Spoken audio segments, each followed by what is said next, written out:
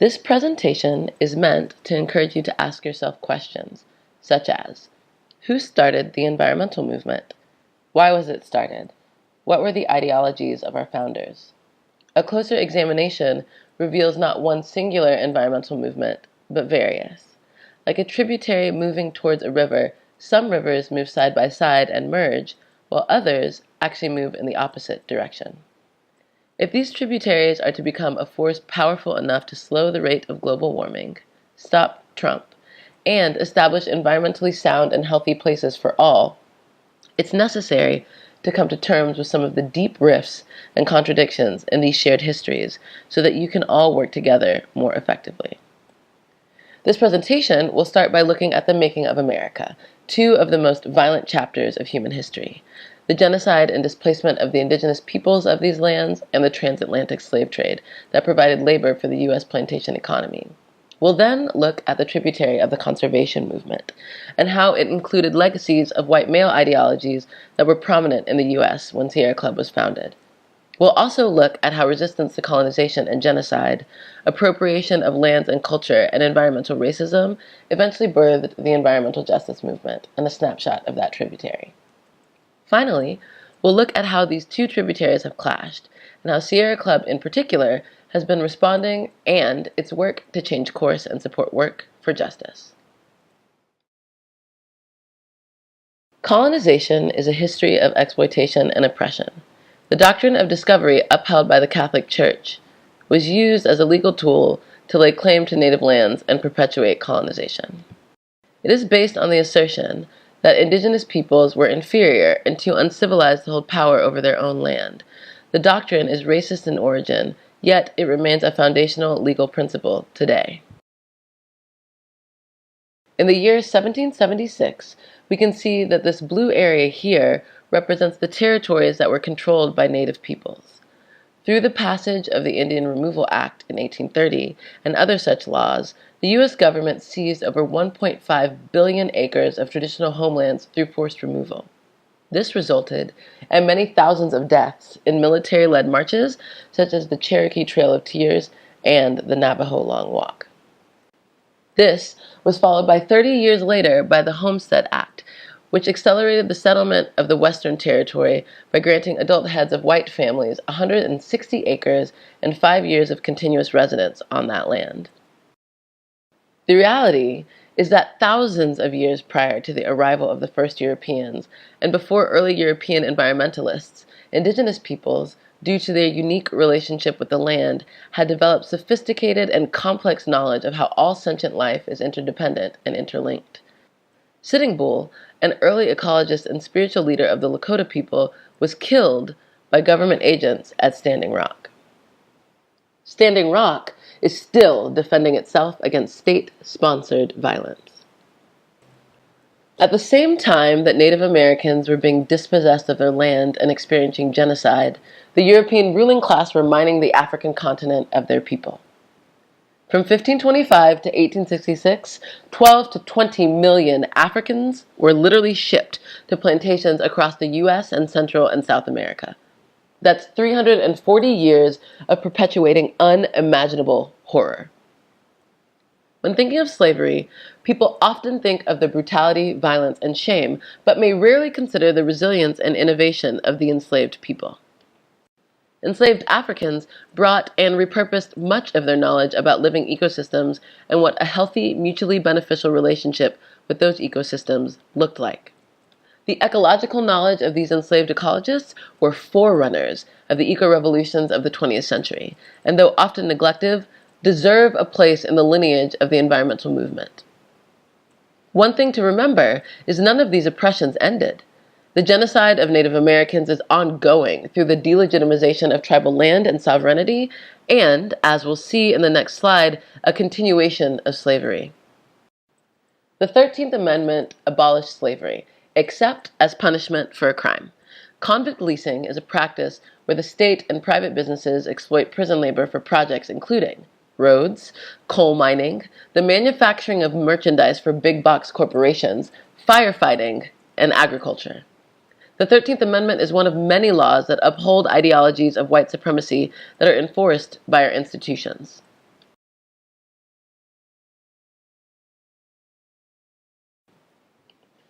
We will soon talk about the strides towards justice and equity that Sierra Club has made, but are diving into some of the challenging aspects first. The era that the conservation movement emerged out of was steeped in an exploitative relationship to the land and to people of color. Many of the early conservationists were wealthy white men, and some were zealous eugenicists. Eugenics was a Eurocentric theory that the human population could be scientifically improved through controlled breeding to increase the occurrence of certain genetic characteristics. Eugenics resulted in the forced sterilization of over 64,000 people in the United States, mostly people of color, indigenous people, low-income people, and disabled people. California's eugenics laws partly inspired Hitler's master race theories and was thoroughly debunked following World War II. At the first National Conservation Conference, one of the speakers called for the conservation of not just nature, but of the Anglo-Saxon race. There are many reasons why the conservation movement sprung up. The most well-known would be the desire to stop the rapid deforestation and habitat destruction of their time. Less well-known, but well-documented, was preventing development by the state, which they feared would lead to communism, gaining status through association with visually stunning, empty nature that they helped discover. So, you might be wondering, what's the connection between these early aristocrats and the eugenicists and Sierra Club? One connection that we know of was Joseph LeConte, a former slave owner and staunch supporter of the Confederacy. The same year he joined Muir as a charter member of Sierra Club, LeConte published an article on eugenics called "The Race Problems in the South." This ideology, steeped in white privilege and racism, led LeConte and other theorists of the early environmental movement to classify the human and natural world in terms of superior and inferior species, spaces, and types. In just the last year, the Sierra Club has renamed the Yosemite Lodge that was named after him and publicly denounced his racist legacy. So, John Muir, like all people, was complex. No slide can do him justice. A visionary naturalist whose motivations were grounded in stopping the destruction of forest and wildlife habitats. He, however, kept friendships with a range of influential people, including devout eugenicists like the Harriman family, that was the single largest funder of the eugenics movement at the time. He also made statements that reinforced the white supremacist and settler colonial views, such as describing Yosemite Valley's Mono Indians as, quote, mostly ugly and some of them altogether hideous, lacking any right place in the landscape. In 1881, he went on a voyage to Alaska and there developed relationships with indigenous people, whom he wrote about more respectfully. But in his 1901 essay collection, In Our National Parks, Muir assured readers that, quote, as to Indians, most of them are dead or civilized into useless innocence, end quote, while referring to bears in the same paragraph as, quote, poor fellows, they have been poisoned, trapped, and shot at until they have lost confidence in brother man, end quote. John Muir also inspired a wide swath of European settlers to start looking at their natural settings in new ways, with curiosity, wonder, and respect, eventually leading to a growing public desire to care for and protect nature. He wrote, quote, thousands of tired, nerve-shaken, over-civilized people are beginning to find out that going to the mountains is going home, that wildness is a necessity, end quote. I invite you to not get stuck viewing Muir in a false binary of either he's all good or bad, but rather use a holistic lens. Focus on what is accurate about your founder and how both his negative and positive legacies live on in Sierra Club today. In 1892, John Muir gathered scholars, lawyers, business people, family, and friends to form the Sierra Club to defend the Yosemite High Country National Park. These charter members set up bylaws to defend membership from developers. However, the restrictions also resulted in the club being small, white, elite, and privileged. In the 1930s, the Southern California chapter is on record blocking membership of low-income individuals and people of color. This discrimination in the Los Angeles chapter continued until 1959, when the new chapter chair appealed to the board and executive director, David Brower, to intervene. In 1968, Sierra Club published Paul Ehrlich's book, The Population Bomb, which advocated immediate action to limit population growth, limit immigration, and forced sterilization, much like the early eugenicist conservationists. In the late 60s and early 70s, this book inspired many Sierra Club members to fight against immigration rights. As the perception of immigrants began to shift in the late 70s, the Sierra Club adopted a policy that was neutral on immigration. More recent history includes Sierra Club adopting a position to support pathways to citizenship under the direction of Mike Brune and the board of directors. As the United States continues to grapple with its immigrant past and present, conversations about immigration, population control, and the environment are resurfacing. Many immigrant communities are taking control of their narrative, fighting for their well-being and the well-being of their geographical spaces. We are going to watch an excerpt from a longer 15-minute film yet to be released. The Center for Community Change has given us permission to use this piece as we explore the relationship between the immigrant rights movement and the environmental movement. Right after the election, there was already a significant fear in immigrant refugee communities about what the consequences of the Trump administration would bring to Muslims, undocumented immigrants, families. It's a part of President Donald Trump's executive order banning immigrants from 7 majority Muslim countries. It's very hard to figure out when you talk about refugees and when you talk about people who are coming into the country from hotbeds of terrorism. And some of this misinformation is happening. So I don't blame them for saying. I am a refugee from Vietnam, and I know how hard it is to navigate the different systems within the U.S. Whether it's through contaminants in their communities or reinvestment in jobs that are good paying jobs, they need to be focusing these communities so they're not left carrying the burden.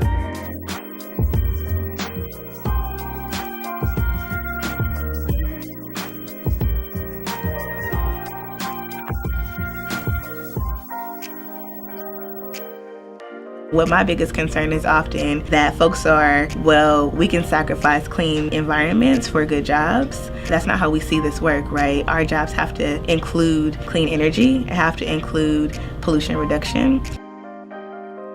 The new economy, the one we're fighting for, is a greener, cleaner economy that imagines a future in which all communities, including lower income communities and communities of color, that have an opportunity to shape what that new economy looks like.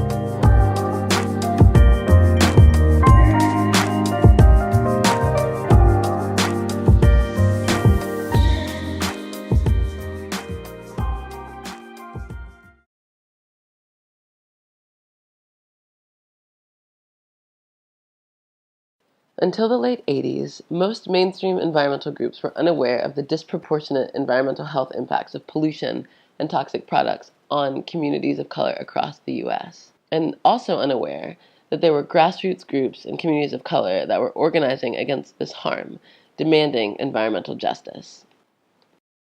In 1987, the Toxic Wastes and Race Report illustrated that toxic industries were more likely to be cited in communities of color than they were in poor, white communities. Just a few years after this pivotal report came out, the first People of Color Environmental Leadership Summit was held in Washington, D.C. in 1991. The summit brought together 300 delegates and 400 observers representing communities disproportionately impacted by environmental injustice, including Indigenous, African American, Latinx, Asian Pacific Islander, and other frontline communities of color from across the United States. At this historic meeting, they established how they wanted to work together and the principles that would guide them. Those are the 17 principles of environmental justice that are still in use today. The report on toxic waste and race and the National People of Color Environmental Leadership Summit were two critical moments in our fairly recent history in establishing a new awareness around the existence of environmental racism. So, what is environmental racism? Racial discrimination in environmental policymaking and law enforcement. The theft and destruction of the lands, waters, and natural resources of indigenous people. The disproportionate and sometimes deliberate citing of polluting industries and toxic waste disposal sites in communities of color. And the historic exclusion of people of color from leadership in the environmental movement. This video is about an incredible organization in Oakland and Richmond, California, that is currently fighting the impacts of environmental racism and building critical solutions on these issues. This reminds us that the communities most impacted also need to be leading the solutions, and are.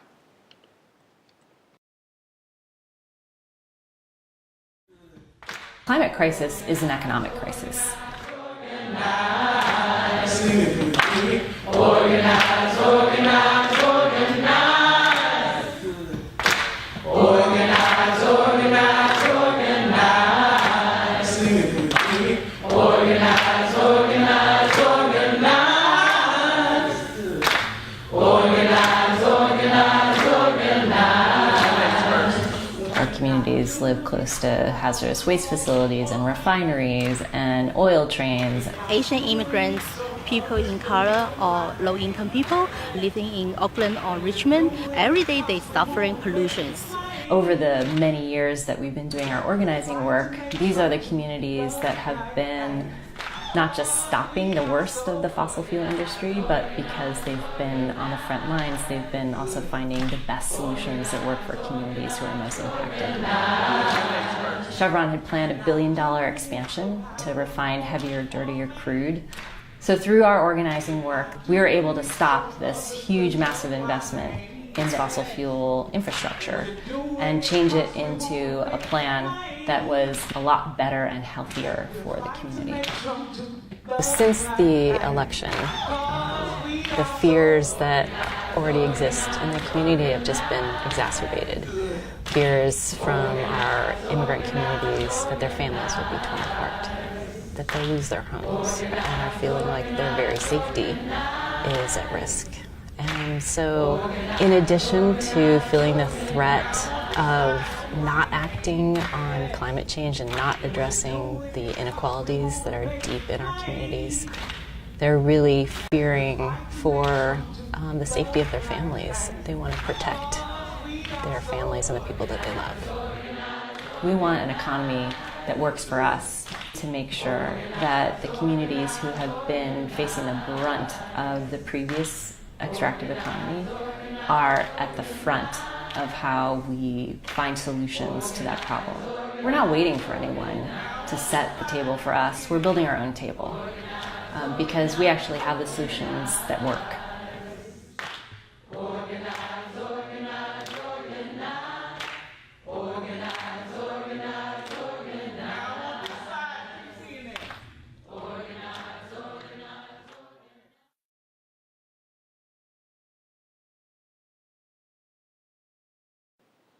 Now we're going to talk about the relationship between big green groups and frontline-led groups for grassroots change. There have been real challenges that environmental justice groups have faced in relationship to the mainstream environmental movement and the Sierra Club. It is important to understand where Sierra Club and others have gone wrong so that we can continue to help build a strong movement for the health of the earth and all our communities. Environmental justice groups have noted challenges with mainstream environmental groups throughout the years in a variety of ways. In 1990, the Southwest Organizing Project drafted a letter that held the 10 largest environmental groups, including Sierra Club, accountable for lobbying for national parks and monuments without the consent of indigenous peoples, stopping toxic industries from being sited in white communities but not opposing them from moving to communities of color, receiving donations from polluting, destructive corporations, fundraising in communities of color while not hiring people of color in leadership positions.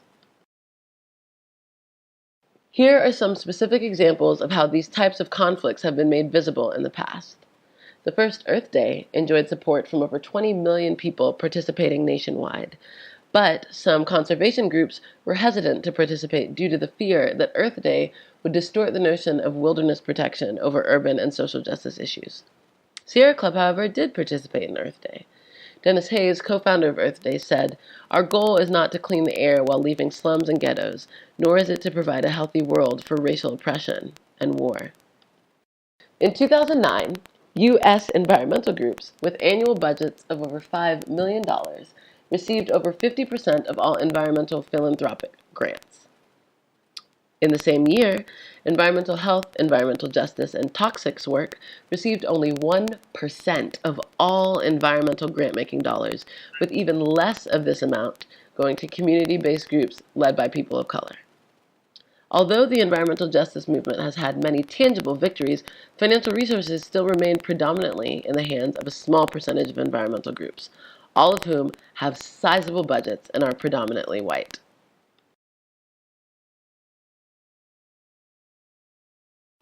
Here's a message from the Equity Department. We are here to prioritize cooperation and co-learning. We are here to embrace all the missteps as important lessons learned in our efforts to walk together as part of a larger, more democratic movement that not only has space for everyone, but thrives when we are all there. The letter to the Big Ten that we just talked about was a big moment for Sierra Club. Through that discomfort and challenge, Sierra Club created the Environmental Justice and Community Partnerships Program in 1992. Sierra Club's support and funding for its EJ program, however, has varied over the years. Only through the tireless work of National Director Leslie Fields and her staff of EJ organizers has this work flourished. Recognizing that environmental justice issues typically occur in communities often exploited by outside interests, the EJ program is careful to pursue EJ issues in a strictly supporting role. By following a set of partnership guidelines such as the Jemez Principles and the Principles of Environmental Justice, the Sierra Club provides assistance only when invited. This has been an important step within our partnership development and movement solidarity. Our EJ program has been the vanguard of the Sierra Club. Our place-based organizing is where the solutions arise that will stick because it's inclusive, says Leslie Fields, Sierra Club Environmental Justice Director. In addition to the environmental justice work, Sierra Club has been working towards evolution. Thoughtful application of their learnings has resulted in tangible impact across the country by helping raise awareness and share resources with environmental justice groups. Some examples of this collaborative work thus far include participating in national initiatives to advance equity, such as Green 2.0 and the Building Equity and Alignment Initiative, in collaboration with national climate justice and environmental justice groups. Participating in the March for Clean Air, Good Jobs, and Justice in Detroit. Supporting advocacy with the Moapa Band of Paiutes in the closure of a coal plant and creation of a solar plant. Providing over 100 buses to bring frontline communities to the People's Climate March in New York City. We are going to watch a video from the first People's Climate March. Sierra Club joined a broad range of labor, environmental justice, and other groups to form the steering committee, which agreed that communities on the front lines of the climate crisis would lead the march, starting with the indigenous nations, followed by Black, brown, and working-class white communities who are the first and most impacted. Other groups then marched, such as unions, clean solutions groups, and then the mainstream environmental NGOs. This intentional order reflected how we might reorganize leadership across the environmental movement for purposes of equity to tackle this global ecological crisis. I'm Chief Perry of the Ramapo Lenape Nation. The land you stand upon is the land of my ancestors. We are the people who first witnessed the arrival of greed, the bounty of the earth turned into a commodity. We want climate justice now! I'm here from Uprose, Brooklyn's oldest Latino community-based organization. We don't have to go very far to see why we're here today. We are here because there were 2 tornadoes in Brooklyn.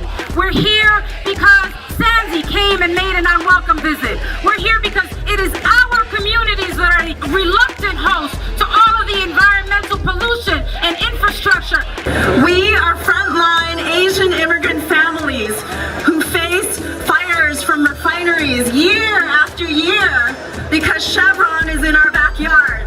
We have also been experiencing climate change firsthand. The water has been rushing and crashing into our homes. I want people to know that there are thousands of years of history and culture that will also disappear should our islands go.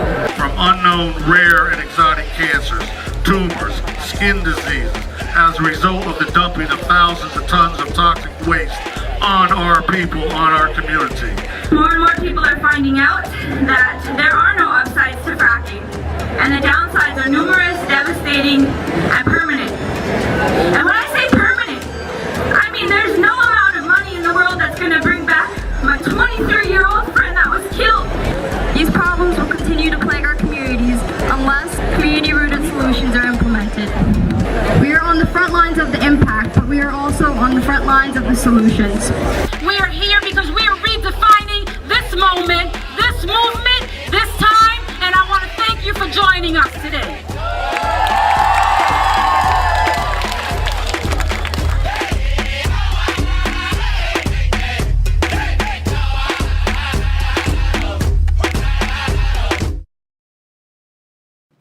So, we just mentioned the Jemez Principles.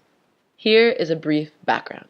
In 1996, representatives of the environmental justice movement met in the Jemez Mountains of New Mexico, where they adopted the Jemez Principles of democratic organizing. They are based on the 17 environmental justice principles, and they are intended to serve as a set of guidelines for effective, equitable collaboration. The Sierra Club Board of Directors officially adopted the Jemez Principles in 2014. Jemez is an indigenous Toa word that means people.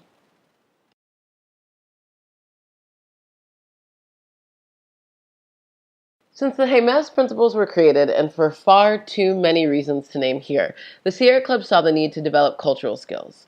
Over 500 Sierra Club staff and volunteers have participated in dismantling racism training since 2002, led by Bill Price and Rita Harris, which has led to much of the momentum towards equity and racial justice at the organization today.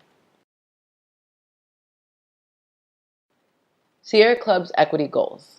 Sierra Club has an overarching goal, and that is to become a more just, equitable, and inclusive organization. This is an umbrella goal, of which we have 3 long-term goals. The first is to create a welcoming and inclusive organizational culture.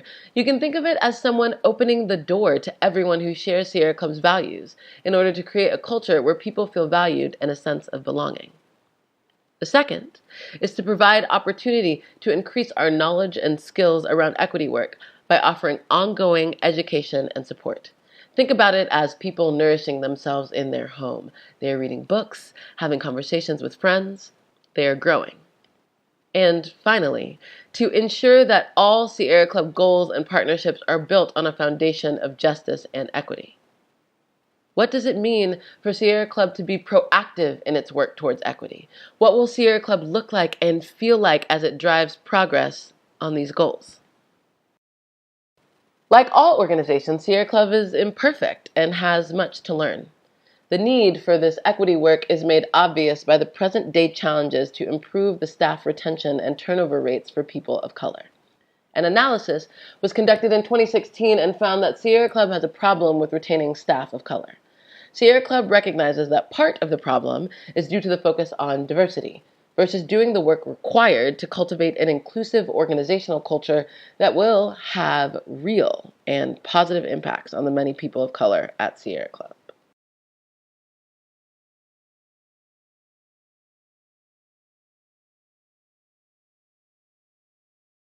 This work requires people who are committed to driving progress on Sierra Club's equity goals.